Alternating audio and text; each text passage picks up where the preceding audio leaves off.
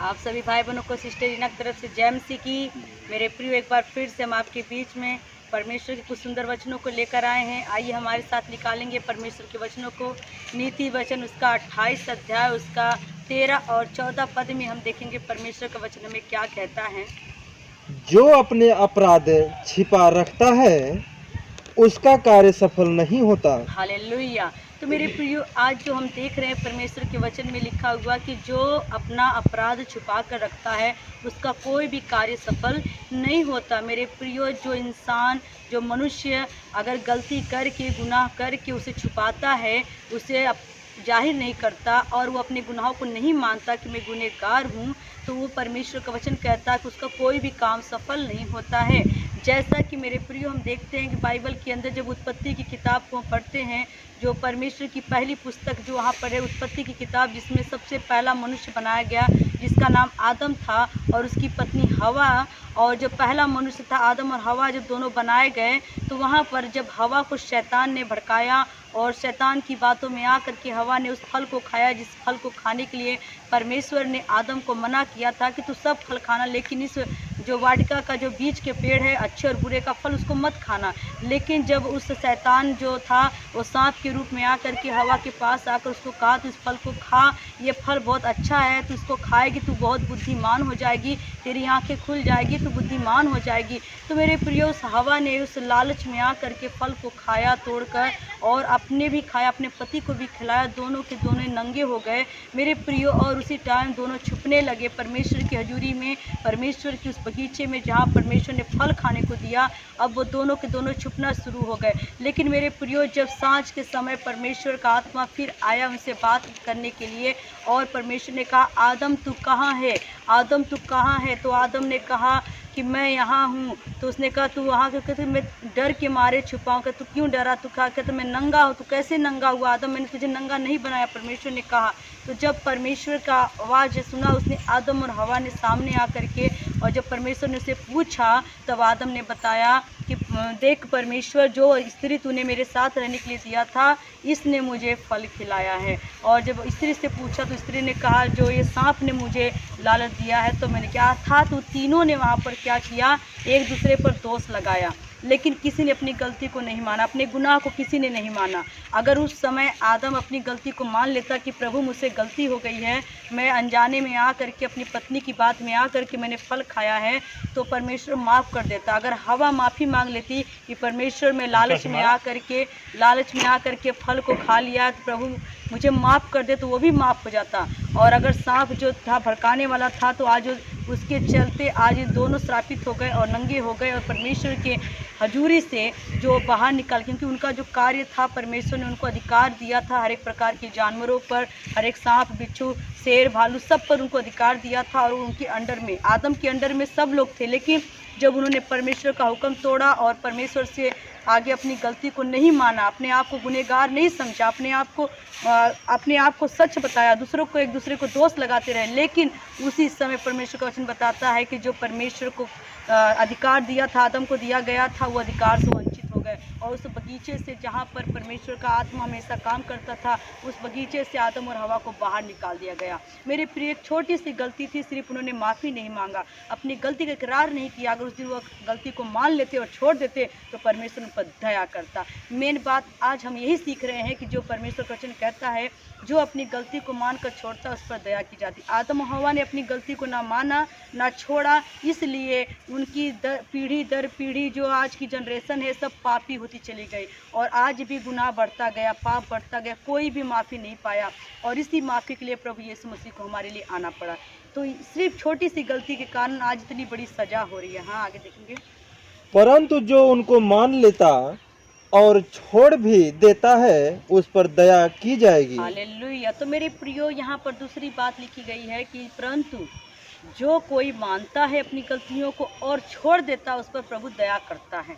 तो हम देखते हैं जैसा उत्पत्ति में हमने देखा आदम हवा के बारे में, इन्होंने अपनी गलती को नहीं माना, स्वीकार नहीं किया, और गलती करके एक दूसरे पर दोष लगा दिया, और परमेश्वर के अनुग्रह से दूर हो गए, परमेश्वर की बगीचे से दूर हो गए, अपनी आशीष को खो दिया, अपनी सारी खुशी को खो दिया। लेकिन बाइबल में जब हम देखते हैं, नए नियम में देखते हैं, तो वहाँ पर एक जक्कई के बारे में देखते हैं।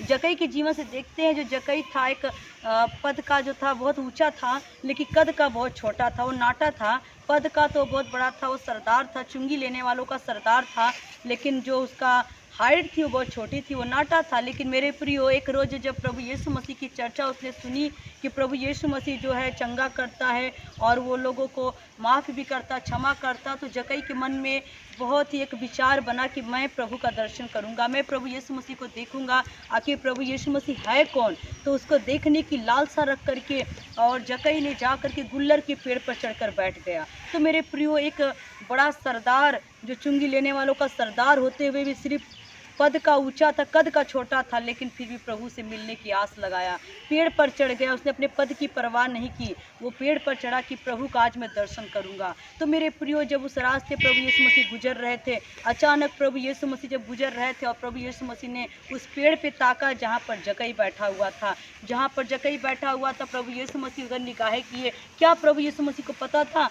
क्योंकि हमारे प्रभु को सब कुछ पता है कि कौन हमें ढूंढता है, कौन खोजता है। और प्रभु यीशु मसीह ने जब जक्कई को देखा, पेड़ की ओर देखा, तो चेले सोचे होंगे, लगता है प्रभु यीशु मसीह को अब लगता है उनको क्या नाम है, गुल्लर खाने का मन कर रहा है, लेकिन उनको नहीं पता कि जक्कई के ऊपर प्रभु की निगाह पड़ रही है। प्रभु जानता है कि आज मुझे कोई दिल से देखना चाहता है, पूरे मन से देखना चाहता है, मुझे मेरे दर्शन के लिए वो बैठा हुआ है। तो प्रभु ने उसकी ओर निगाह की और प्रभु यीशु मसीह का, हे जक्कई, तू झट से नीचे उतरा, क्योंकि आज मैं तेरे घर चलूँगा।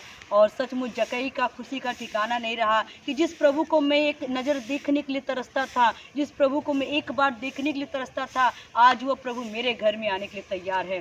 तो जक्कई खुशी के मारे वो नीचे उतरा और प्रभु को अपने घर में बुलाया। और मेरे प्रिय, बाइबल कहता है कि जब प्रभु यीशु मसीह जक्कई के घर में गए, जक्कई एक धनवान था, उसके पास बहुत पैसा था, बहुत कुछ था, उसने अच्छा भोजन बनवाया, बहुत अच्छी पार्टी की, प्रभु यीशु मसीह को घर में उतारा। लेकिन जब उसने प्रभु यीशु मसीह को अपने घर में बुलाया, तो देखकर उसके मन में एहसास हुआ कि इतना परमेश्वर मेरे घर में आ गया, प्रभु मेरे घर में आ गया, प्रभु कैसे मेरे घर में आ गया? आखिर मैं तो पापी हूँ, मैं गुनहगार हूँ, मैं इतना लोगों को ठगा, इतना लोगों को बेईमानी किया, मैं पापी हूँ। उसने अपने गलती का एहसास किया, अपनी गलती का इकरार किया। तो मेरे प्रियो, उसी समय जो जक्कई था, उसने क्या किया? अपने मन में पश्चाताप किया, मन में उसने विचार किया और माफ़ी मांगी। तो प्रभु के चरणों में आकर के सर झुका दिया और कहा, प्रभु तू मुझे आज्ञा दे कि मैं अपनी धन संपत्ति में से आधा कंगालों को दे दूं और जिसका जिसका मैंने लिया है मैं उसका उन्हें वापस कर दूं। तो प्रभु यीशु मसीह खुश हो गए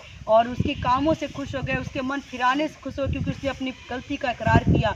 उसी समय प्रभु यीशु मसीह ने कहा कि जक्कई, आज तेरे घर में उद्धार आया है। हालेलुया। तो मेरे प्रियो, एक जक्कई पापी होते हुए भी अपनी गलती का इकरार किया, माफ़ी मांगा और जिसका जिसका लिया था वापस कर दिया। प्रभु ने माफ़ कर दिया और माफ़ कर दिया, उसका जीवन सुधर गया। मेरे प्रियो, इसी तरीके से हम देखते हैं सामरी स्त्री के बारे में देखते हैं। सामरी स्त्री जो कुएं पर पानी भरने, उसका जीवन अच्छा नहीं था, वो भी एक पापी स्त्री थी, वो बहुत सारे पाप करती थी। लेकिन जिस दिन प्रभु से दर्शन हुआ, प्रभु के सामने उसने अपनी गलती को माना, पश्चाताप की और वो प्रभु यीशु मसीह की प्रचारक बन गई, पूरे गांव को बचा लिया। तो मेरे प्रियो, इसी तरीके से हम बाइबल में देखते हैं कि एक स्त्री और थी जो प्रभु यीशु मसीह के चरणों में आकर के अपने आंसुओं से उनके पैर धोई और बालों से पोंछा और चूमना नहीं छोड़ा। तो प्रभु ने कहा, जा तेरे गुनाह माफ़ हो गए, उसकी भी ज़िंदगी संवर गई। तो मेरे प्रियो, आज हमारी ज़िंदगी को प्रभु संवारना चाहता है। आदम के समान, हवा के समान अपने दिल में पाप को छुपा के ना रखें, अपने हृदय में पाप छुपा के ना रखें, उसे निकाल के बाहर फेंक दें, उसे बाहर फेंकें ताकि आपका जीवन आगे सुधर जाए। तो मेरे प्रियो, आज हम वचन से यही बताना चाहते हैं कि जो अपने अपराध को छुपा के रखता है उसका काम सफल नहीं होता, जो मान कर छोड़ता है उस पर दया की जाएगी। हालेलुया। आगे, जो मनुष्य निरंतर प्रभु का भय मानता रहता है, प्रभु का भय मानता रहता है, वह धन्य है, वह धन्य है। तो मेरे प्रियो, जो अपराध करके और अपराध को नहीं मानता, नहीं छोड़ता, उसका काम सफल नहीं होगा। और जो हमेशा प्रभु से माफ़ी मांगता है, उसका हर काम सफल होगा। और जो भय मानता है परमेश्वर का निरंतर, परमेश्वर कहता है वो धन्य है। तो मेरे प्रियो, एक बार क्या हुआ, परमेश्वर के भवन में दो लोग गए प्रार्थना करने के लिए। बाइबल में लिखा हुआ जब दो लोग प्रार्थना करने के लिए गए तो वहाँ पर एक जो था वो प्रार्थना कर रहा था और वो कहता कि प्रभु मैं प्रार्थना करता हूँ, मैं उपवास रखता हूँ, मैं दान देता हूँ, मैं दशमांश देता हूँ, प्रभु मेरे इतना धर्मी कोई नहीं है प्रभु, मैं बहुत ही प्रभु तुझसे प्यार करता हूँ, प्रभु मैं सेवा करता हूँ, प्रभु मैं इसके जैसा नहीं हूँ। अपने बगल वाले को उसने क्या किया, दोष लगाया, मैं इसके जैसा नहीं हूँ। लेकिन उसी समय जो दूसरा था वो रो रो के प्रार्थना कर रहा है, वो घुट घुट के प्रार्थना कर, प्रभु मैं पापी, मैं गुनहगार हूँ, प्रभु मुझे माफ़ कर, मुझे क्षमा कर, मेरे जैसा पापी दुनिया में कोई नहीं है। तो मेरे प्रियो, उन दोनों की प्रार्थना में से किसकी प्रार्थना सुनी जाएगी? दो प्रकार के आज आराधक हैं, दो प्रकार के भक्त हैं, दो प्रकार के सेवक हैं। एक जो है अपनी गलती को मान कर छोड़ रहा है और दूसरा जो है दूसरे को गुनाहगार समझता है, दूसरे को दोष लगा रहा, पर खुद को कहता है कि मैं धर्मी हूँ। तो मेरे प्रियो, प्रार्थना किसकी सुनी जाएगी? उसकी सुनी जाएगी जिसने कहा कि प्रभु मैं पापी हूँ, मुझसे बड़ा पापी कोई नहीं है। तो मेरे प्रियो, आज हम चाहते हैं कि परमेश्वर आप सबके जीवन में आशीष लेकर आए, जगई के समान उद्धार हो जाए आप लोगों का, सामरी स्त्री की तरह आपके घर में शांति आ जाए और उस पापी स्त्री की तरह आपका जीवन सुधर जाए। तो मेरे प्रियो, आदम की तरह गलती ना करें, हवा की तरह गलती ना करें, बल्कि सामरी स्त्री की तरह बन जाएं, जगह की तरह बन जाए, ताकि आपके जीवन में शांति आए और आपको अंदर परमेश्वर का डर बना रहे, ताकि तुम धन्य कहलाओ। तो मेरे प्रिय, इस वचन के द्वारा प्रभु आप सबको आशीष दे। आइए हम सब प्रार्थना में जाएंगे। सर्वशक्तिमान परमेश्वर, जिंदा खुदा, प्रभु महिमा की योग, आदर स्तुति की योग, मेरे परमेश्वर तेरी करुणा सदा की पिता परमेश्वर, प्रार्थना करते पिता, इस जो यूट्यूब के माध्यम से प्रभु तेरे दासी ने वचन दिया प्रभु जी, हे परमेश्वर जो शत्रु की चाल है पिता परमेश्वर तेरे बच्चों के खिलाफत में, उसे मैं फेल करती मेरे पिता। वचन हर जिंदगी में काम करे पिता, आदम के समान मेरे पिता पाप करने वाले हम ना बने पिता, बल्कि पिता जकई के समान अपने पाप को इकरार करे पिता, पश्चाताप करने बने पिता, सामरी स्त्री की तरह बन जाए मेरे पिता, पापी स्त्री की तरह बन जाए मेरे पिता, जो अपना पाप छोड़ दिया और वो बच गई मेरे पिता। धन्यवाद करते पिता, आज जो मेरे भाई बहन मुझे देख रहे हैं उनके जीवन में शांति आए पिता, उद्धार उनका काम सफल हो जाए मेरे पिता, उनके जीवन में कार्य कर मेरे पिता। धन्यवाद उसके ऊपर कार्य करते पिता, यीशु नाम जलाल पर, प्रभु यीशु मसीह नासरी के नाम से मांगते, आमीन। आप सभी को जय मसीह।